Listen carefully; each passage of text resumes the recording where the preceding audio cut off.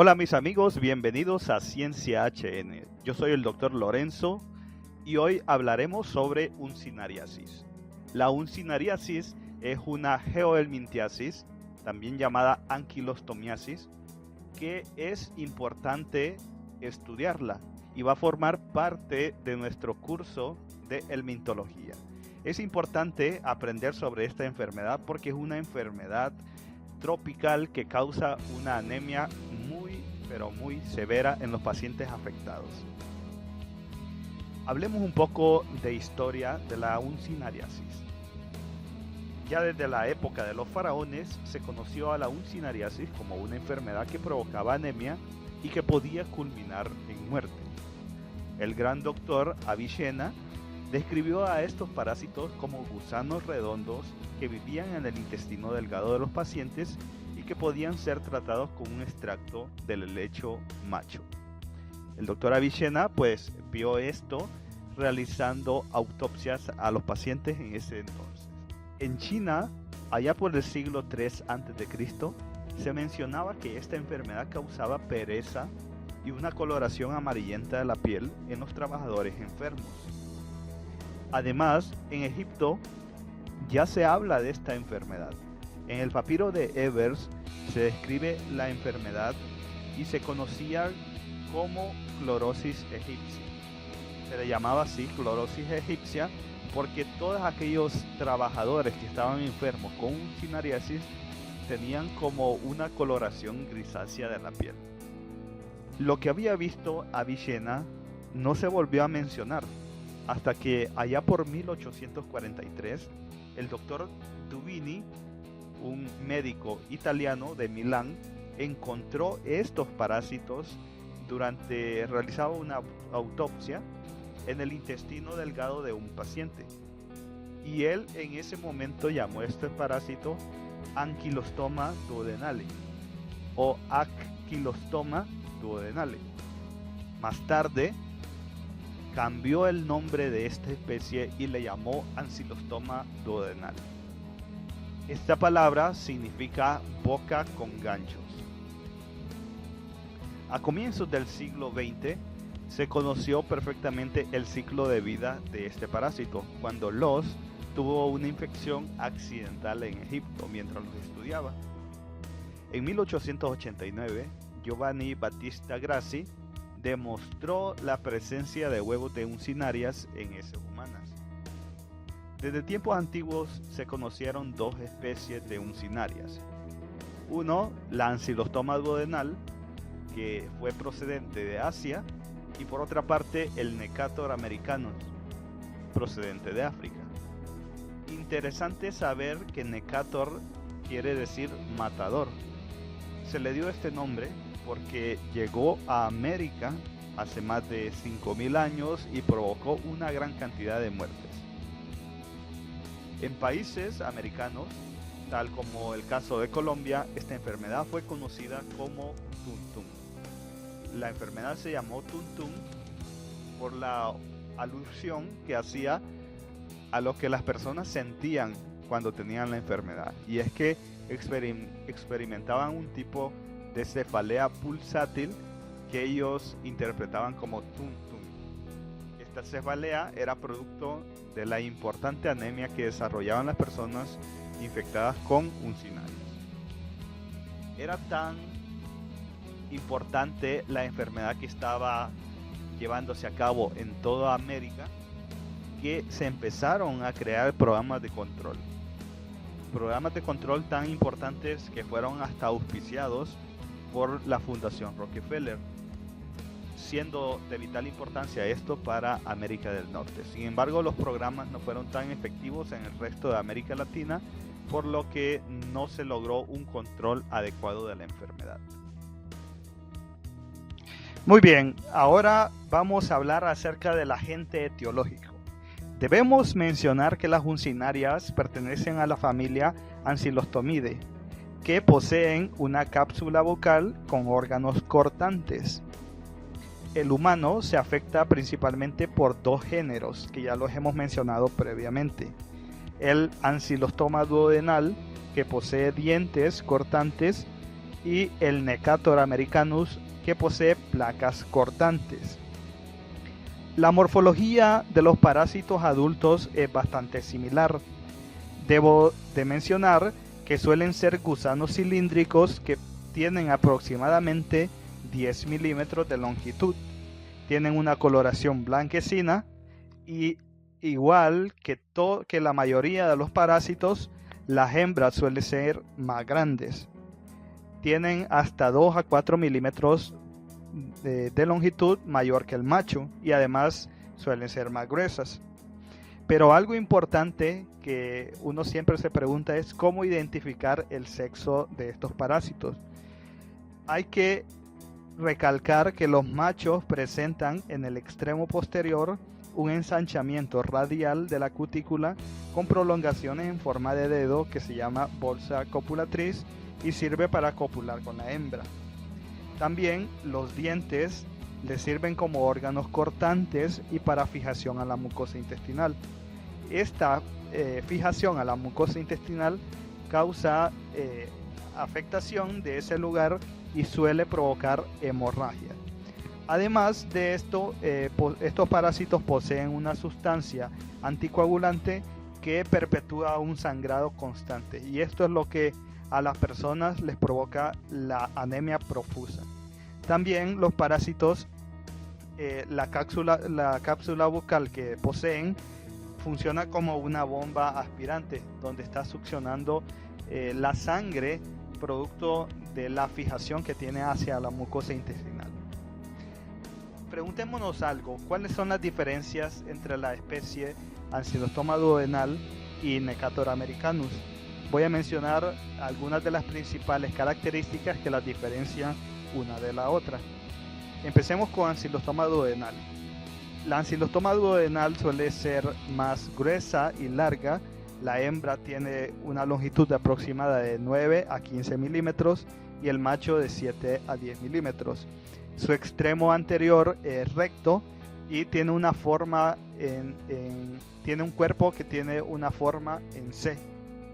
Su cápsula bucal es grande y tiene 2 pares de dientes puntiagudos. Además que posee una bursa copulatriz con prolongaciones cortas. Por otra parte, el Necator americanus es más delgado y de menor tamaño. La hembra tiene una longitud estimada de 9 a 11 milímetros y el macho de 5 a 9 milímetros.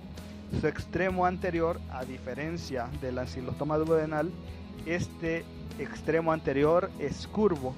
El cuerpo suele ser recto y tiene un extremo distal con una curva con sentido inverso a la parte anterior. Esto le permite que su morfología típica tenga forma de S. La cápsula bucal del Necator americanus es más pequeña y posee un par de placas cortantes. La bursa copulatriz tiene prolongaciones más largas que las del Ancylostoma duodenal. ¿Y qué podemos decir respecto a los huevos de estos parásitos? Debo decir que suelen ser indistinguibles tanto del Ancylostoma duodenal como del Necator americanus. Pero la morfología de estos es que son ovalados y miden 60 micras por 40 micras aproximadamente. Tienen una coloración blanquecina y poseen una membrana única que posee un espacio que los separa del contenido interno. Ese contenido interno suele ser un contenido granuloso y fino. Ahora bien, ¿cómo son las larvas que salen de estos huevos? Para hablar acerca de las larvas que salen de los huevos de las uncinarias, hay que mencionar que hay 2 tipos de larvas. Está la larva rhabditiforme, que es precisamente la que sale del huevo, y por otra parte está la larva filariforme, que es la transformación de la larva rhabditiforme. Hablemos un poco acerca de la larva rhabditiforme. Esta suele ser móvil, tiene un tamaño aproximado de 250 micras por 20 micras de diámetro. Su extremo anterior es romo con una cavidad bucal larga. Y ojo con esto, el esófago tiene 3 partes: cuerpo, istmo y bulbo. La diferenciación de estos 3 segmentos del esófago es lo que les permite ser llamadas larvas rhabditiformes, ya que tienen una similitud con el minto del género Rhabdias. Su extremo posterior es puntiagudo.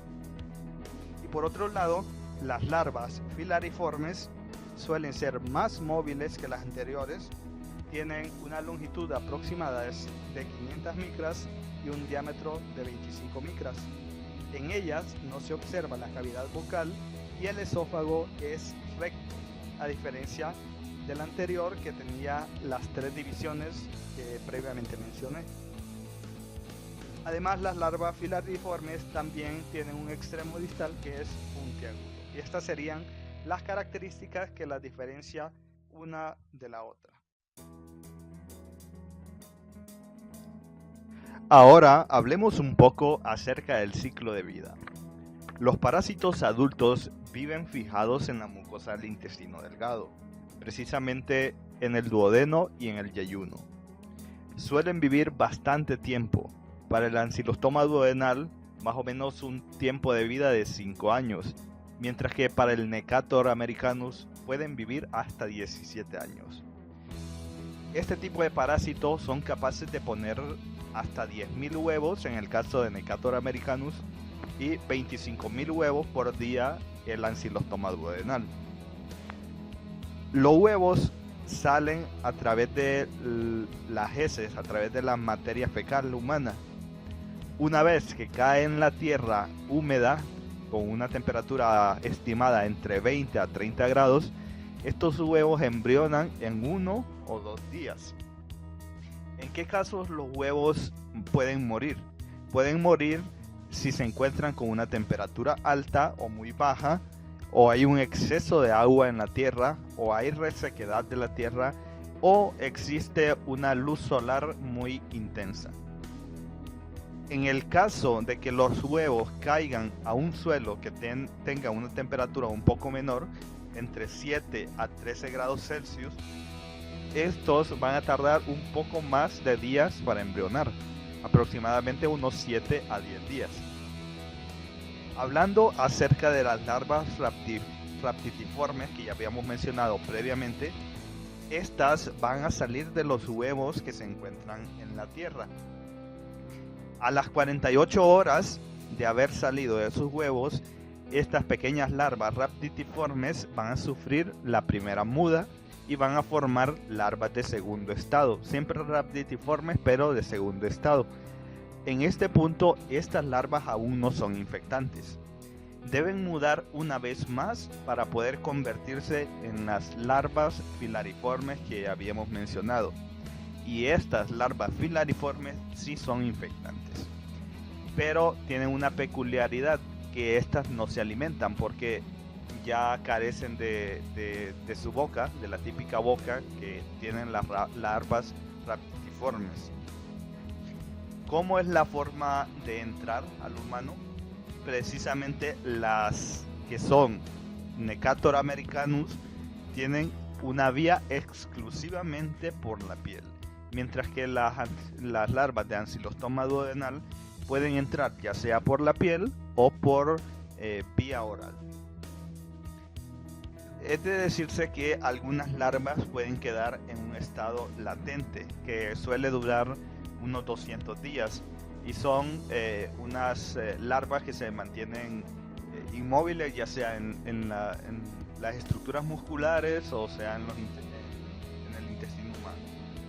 Esto es de decirse que existe un periodo prepatente en el que las larvas aún no realizan toda la afectación humana, sino que se involucra todo el paso que lleva por el organismo y suele durar entre 6 a 8 semanas.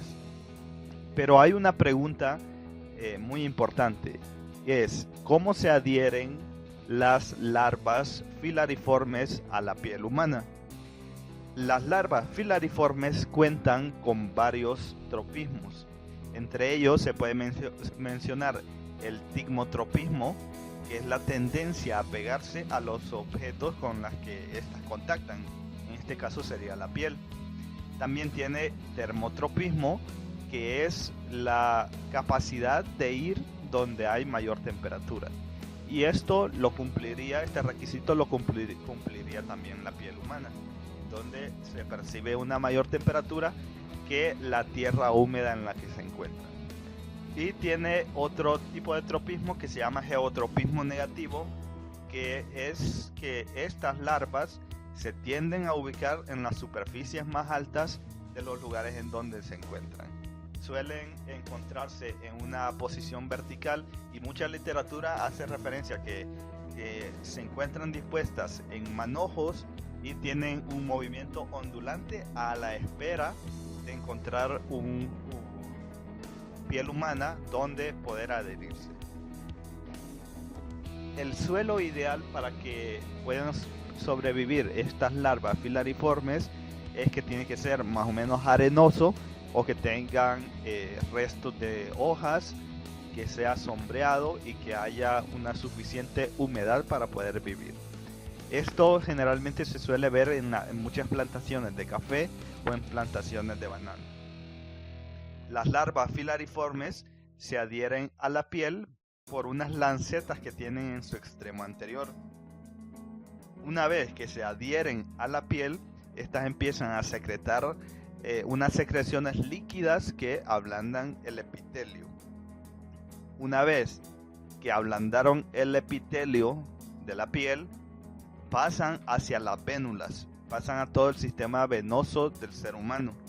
El sistema venoso, pues sabemos que va a transportar cualquier sustancia o cualquier organismo que esté en el interior hacia las cavidades derechas del corazón. Y de las cavidades derechas del corazón, todo esto va a pasar hacia el pulmón. Así que las larvas pasan al pulmón, rompen los capilares del pulmón y llegan a los alvéolos. Ahí siguen creciendo un poco más estas larvas para luego pasar a los bronquios, a la tráquea y a la laringe. Cuando llegan a la laringe, varias de estas larvas son expulsadas a través del mecanismo de la tos hacia el exterior, pero muchas otras son deglutidas pasando por el esófago, llegando al estómago y luego terminando en el intestino delgado, precisamente en el duodeno y yeyuno, donde terminan su crecimiento y se convierten en larvas adultas. Esto entonces es todo el ciclo que tiene ciclo de vida que tienen estas uncinarias. Muy bien, en cuanto a la patología, esta ocurre en 4 niveles diferentes. Puede existir afectación de la piel, daño a los pulmones, lesión en el intestino y también la anemia, que es una de las más importantes. Respecto a la piel, la penetración de las larvas filariformes puede causar eritema, edema, pápulas o la presencia de vesículas. Cuando las larvas llegan a los pulmones, estas pueden causar pequeñas hemorragias por la rotura de los capilares. Y esto, cuando la infección es muy intensa, puede causar también focos neumónicos. Cuando las larvas adultas se fijan a la mucosa intestinal, estas pueden causar una lesión mecánica donde lo que va a provocar es una reacción inflamatoria sangrante. Por todo este sangrado que está ocurriendo en los intestinos, se da la anemia, que sería como una de las manifestaciones más importantes de la uncinariasis. Entonces la anemia es el mayor daño que se va a producir y se calcula que por cada parásito puede haber una pérdida sanguínea diaria de aproximadamente 0.04 ml para el caso de Necator americanus, mientras que para Ancylostoma duodenal un poco mayor, de 0.20 ml de sangre por día. Como está existiendo esta pérdida sanguínea, se pueden identificar alteraciones en un frotis de sangre periférica, tales como la presencia de hipocromía y también anisocitosis. Respecto a las manifestaciones clínicas, son prácticamente producto de lo que mencioné previamente. En cuanto a manifestaciones cutáneas, se puede encontrar la dermatitis pruriginosa, producto del paso de las larvas por la piel. Y esto es principalmente en la piel de los pies. Se puede infectar el sitio por donde penetran estas larvas. Puede haber una coinfección, ya sea por bacterias o por hongos. Las manifestaciones clínicas pulmonares son tos, expectoración, y todo esto representa el famoso síndrome de Loeffler, en el que se presentan focos neumónicos producto del paso de las larvas por los pulmones. Ahora, la anemia se puede manifestar como una palidez generalizada, una debilidad física, y en casos graves puede ocurrir disnea.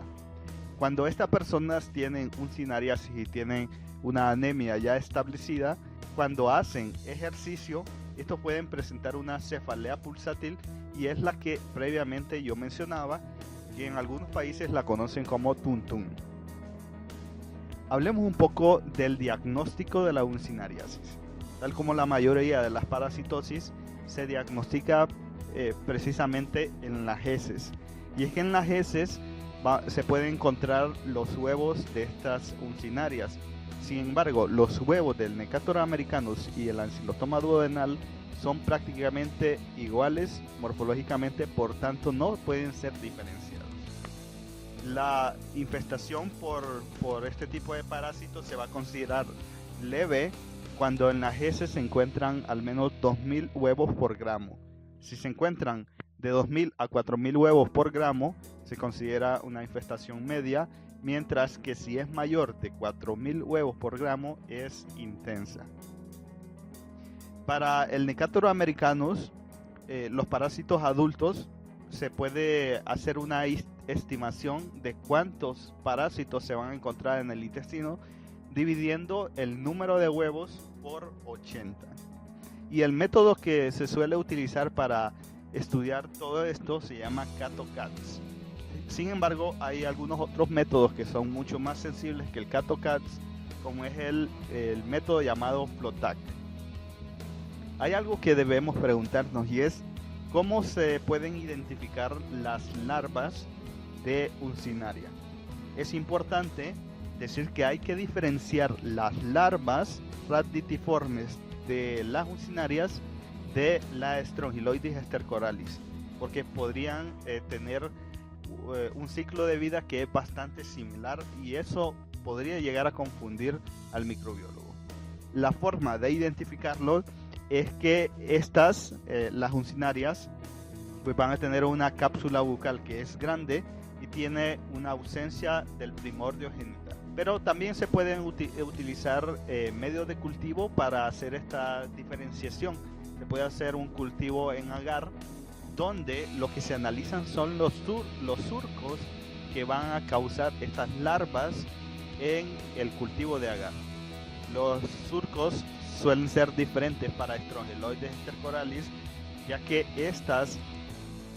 para las larvas de Strongyloides stercoralis suelen dejar unos surcos que tienen curvas suaves, mientras que los surcos que dejan el paso de las uncinarias suelen ser más irregulares y presentan cambios de dirección. Ahora bien, para diferenciar entre un Necator americanus y Ancylostoma duodenal, se hace un cultivo de materia fecal con el método de papel filtro. Para esto se revisan las lancetas anteriores que van a presentar las larvas filariformes, donde en Necator americanus tienden a ser de igual grosor todas ellas, pero en Ancylostoma duodenal una de ellas es más grande que la otra. Entonces, al ver esta diferencia en el grosor de las lancetas, se puede decir que es Ancylostoma duodenal, y si son iguales es Necator americanus. Y también otro aspecto morfológico que la suele diferenciar es la unión entre el esófago y el intestino. Para Necator americanus, esta suele ser interrumpido, la unión entre esófago e intestino es interrumpida, mientras que para Ancylostoma duodenal es continua, y eso lo permite diferenciar. Ahora, en cuanto al tratamiento, ¿qué es lo que se va a usar para el tratamiento de esta uncinariasis? Se pueden usar fármacos de la familia de los benzimidazoles, tal como el mebendazol, a una dosis de 100 miligramos 2 veces al día durante 3 días.